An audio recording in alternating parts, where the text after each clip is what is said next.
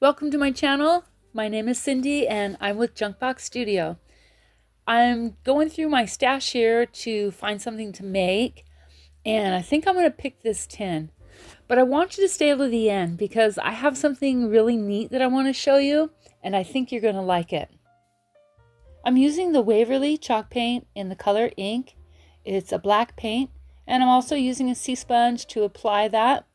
In a couple of coats, it provides the best coverage when using a sea sponge rather than a brush, because the brush can leave some streaks and pull the paint around too much. So I do use a sea sponge quite often when painting on metal, and so I'm going to give this 2 coats.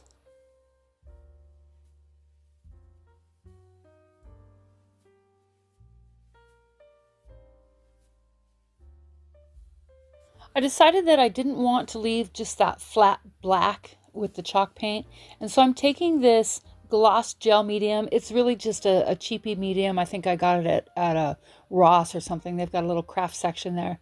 But yeah, so I added a little bit of this gloss, and I don't normally use gloss because I don't really like, things that are glossy. I like them very matte.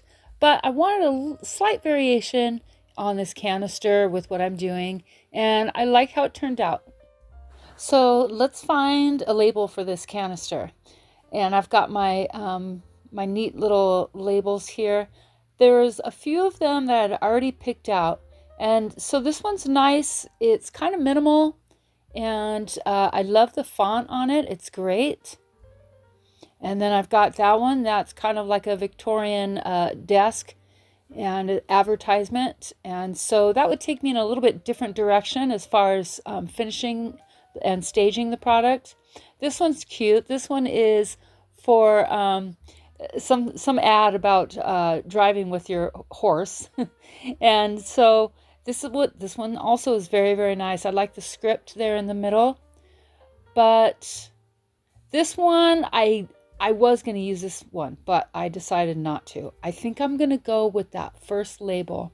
I like the minimal look and this one here.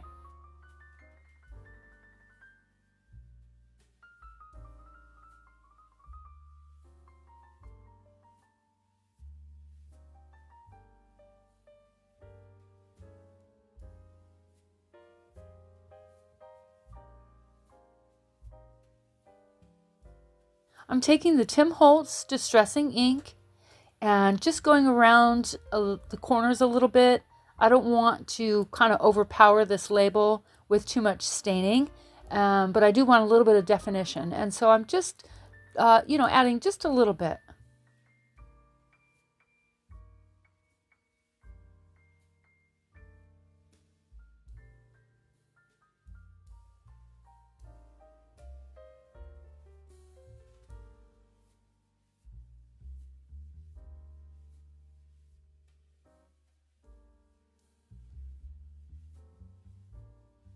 I'm taking a heavy gauge wire and creating a handle. This is going to be like a basket or vignette. And so I've got a heavy gauge here. I've taken 2 pieces of it and twisted it together. I think I got this wire at a hardware store, and so it was just kind of a generic wire wrapped in tissue. And so I liked it because it's a heavier gauge and it'll work well with this project. So I've taken 2 pieces, twisted them together, and there we have it. And I will be putting it into the styrofoam.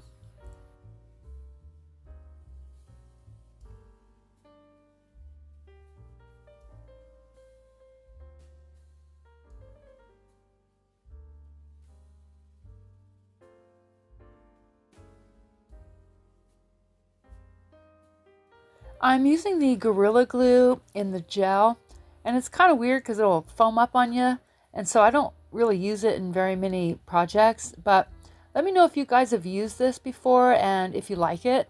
I ran out of my E6000, so this is what I've got, and so we'll see how it works.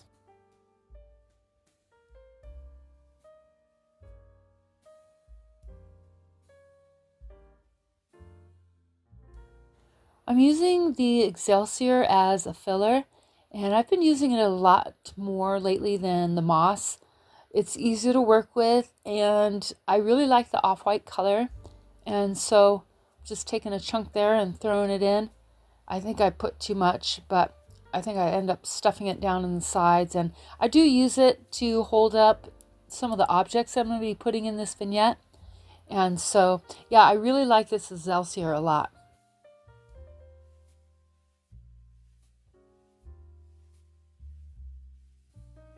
Okay, so now we're going to do a ribbon for the top. I've had this stuff for so long. I have no idea where I got it, probably at a thrift store.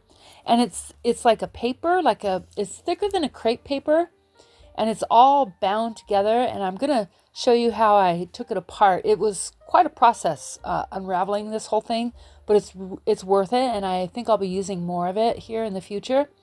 And so let's see, do I show that? Okay, there we go. Yeah, so you just untwist it or twist it and pull it open, and it's actually it's a pain, but it's worth it.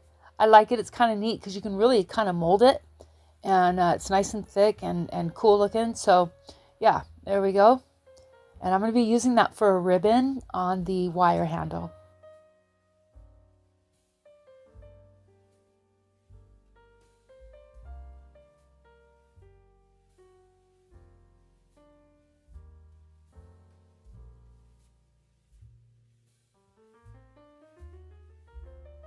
I'm taking a little bit of black wire to cinch the whole thing together, and then I end up taking a little piece of that paper ribbon and wrapping it around the middle just so it looks clean.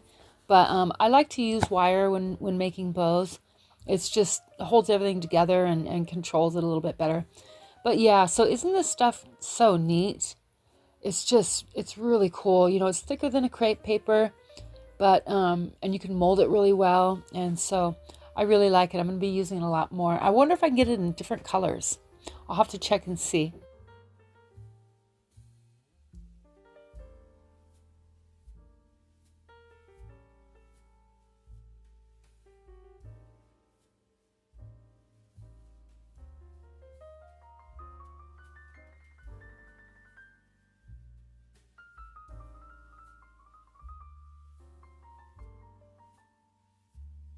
I'm taking a little bit more of that wire and attaching the bow to the top of the handle.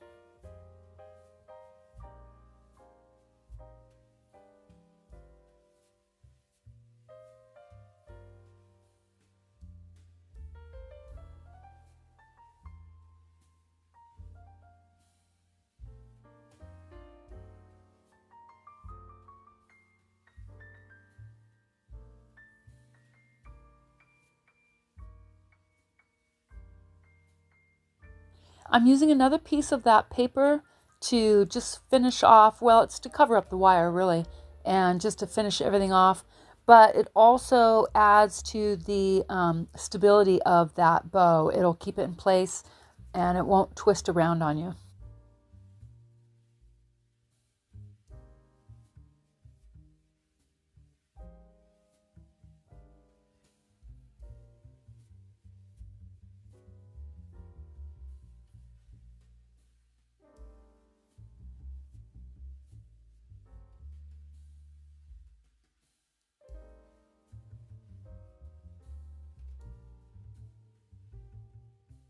Okay, now I'm just going to trim the ends of this. Look how cute that bow is. Isn't it adorable?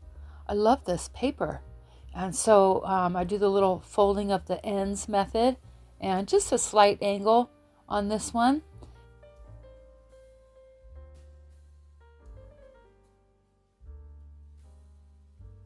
Okay, so let's get this assembled. I end up using a vintage book that I had to tie the cover back on because it's so old it's falling apart.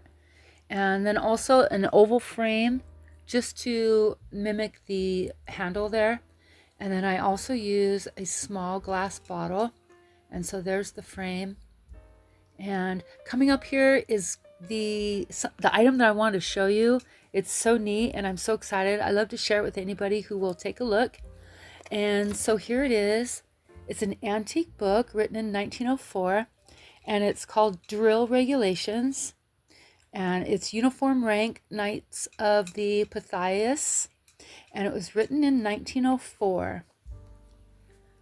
You know, it's really neat. It's just a military book. I haven't gotten a chance to go through it, but the notes inside are really, really cool. And so this first one reads, Simmons Plumbing Shop, 2 doors below the Bell Telephone Office on Chaplin Street. And I notice in the front part of the book is the address, possibly to the owner of the book. And so that might be kind of interesting to maybe, I don't know, send the book back or something. I don't know. And so this one is, these look like they're marching orders. And so it talks about left face, right dress, count off, times, and turn right or left. And then on the back is that little drawing there. And it must be, you know, directions on which way to turn. And so the really, really neat part here is coming up. Oh, that's just a little bookmark. And I thought the paper was really neat. You know, they don't really make paper like that anymore. But so coming up here is just, they're just like daily notes scribbled down, you know, like you'd write somebody's phone number or name or little things. But inside is a lock of hair. And I know it's kind of weird, but it's also very cool to think that this was somebody's military handbook. And maybe that was a lock of hair sent by their love. And so they put it here in their little notes. And I just love old stuff. It makes me nuts. It's so neat and so intriguing. So this here is 1931. And pretty cool. So I didn't read that, what that says, but you might be able to pause the video and read it. And so very neat. I hope you enjoyed it as much as I did sharing it.